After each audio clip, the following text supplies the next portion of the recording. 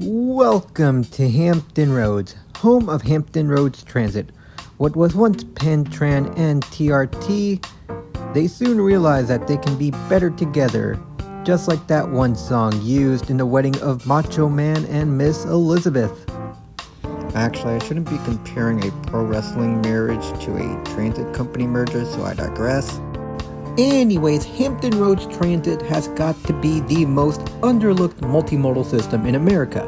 So why not have this channel, which is also underlooked at, be the guide to show you the first impressions of buses, express buses, buses on rails called a light rail, and buses on water called a ferry. That's right, they literally refer to the latter two as buses. Don't ask me why. But anyways, this video will serve as an all-in-one first impressions review of the services Hampton Roads Transit provides, minus their microtransit because I ran out of time. But don't worry, there will be future videos where I dedicate the Tide, the Elizabeth River Ferry, and of course the buses. So without further ado, welcome to our newest series, Take Me Home, Hampton Roads.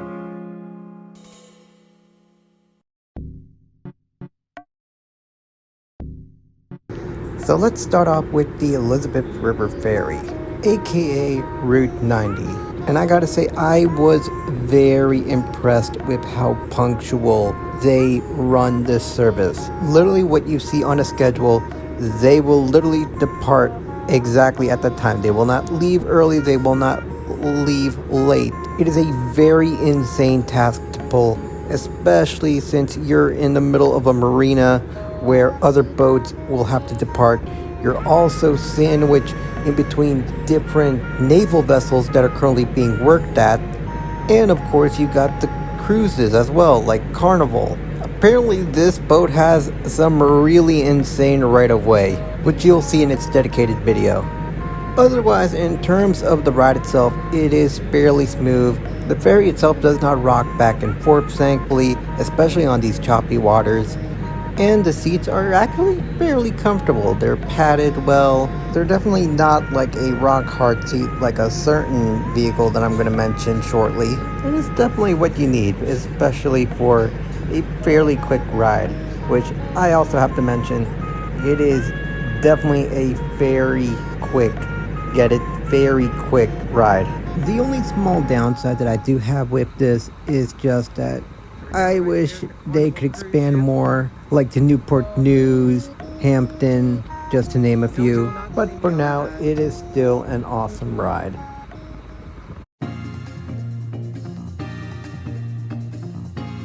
And here we go, this is the Tide. Or in Maryland terms, this would be known as the Tide Link. I'm so glad I switched from a state to a commonwealth. But speaking of the commonwealth, this is Virginia's only light rail. And to be honest, it's actually a lot better than what many people will think of when it comes to light rail in the mid-Atlantic portion of the United States. Because we have one that is really good outside of the city, and then it becomes obnoxiously delayed downtown, and then the other one, well, at this point, it is no longer with us. So thankfully for the Tide, it does improve a lot of what both the light rail link and the DC streetcar tend to suffer a lot, and that's when it intermingles with traffic. Thankfully for this light rail, it is separated from traffic, but it can suffer from staying at a red light for a pretty long time. Thankfully, it's just only one area, and it's not too long. And of course, the other major issue does involve the fact that it is a fairly short line, as it was originally meant to go to Virginia Beach, but the people of Virginia Beach has opted not to expand to it. And aside from that, there is a couple of nitpicky issues. One, as you can see, a lot of these light rail vehicles do have dotted branding, and unlike the light rail link, it covers the whole thing. But none of it matters when you take a seat and then you realize that it is hard rock plastic. It is completely uncomfortable, and it gets a lot more uncomfortable when you're going through a bump. Honestly, in terms of comfort, it is a lot worse than FX Bigo exclamation mark, which yes, that says quite a lot. But aside from that, it is still a very strong service. I really do compare it a lot to the Newark light rail, and if you're trying to copy off of a light rail network that actually worked, then I think you're doing alright. And now onto the main bread and butter of every single transit agency, and that is the bus system. And if you're a fan of boxy buses from the company known as Gillig, well, we got very good news for you. Because literally almost every single bus will be Gilligs. They did have Proterras, but from what I've gathered, they no longer run them. And there are a couple of body-on-chassis trolley-like buses, but however, even the Gilligs are slowly replacing them. So basically, Hampton Roads Transit is 100% Gillig gang. You can even call the Siemens light rail a Gillig once they put the bars on. Same thing should apply for their microtransit and ferries. Now before I get into a Gillig rabbit hole, I will say that for the quality of the bus services, one, it depends on where you're at. I will say for Norfolk, it is decently frequent. Portsmouth is decent. Virginia Beach, it does take forever for you to wait for the bus. And for Hampton and Newport News, Sundays is a miserable experience, but for the weekdays, it's actually pretty decent. And the reason why it's different for each city is due to the fact that each city has its own say on how they want their transit to be focused on. And in the case like Virginia Beach, what the frequencies tell me at the end of the day, the Fairfax connector would have blushed. Oh, have they been in their cars for too long. We naturally fled from there. But Smith references aside, I will say, if they can fix the Sunday frequencies, which at the end of the day is up to the city, and hopefully the city can actually realize that transit is a good thing, they can definitely have an even amazing bus system. Probably rivaling that of Dash.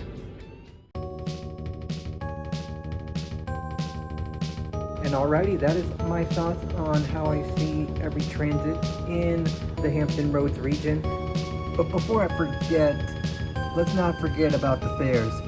They're $2 each, and there's a fare cap of $4.50. Or if you want to grab a day pass, you can also grab this as well.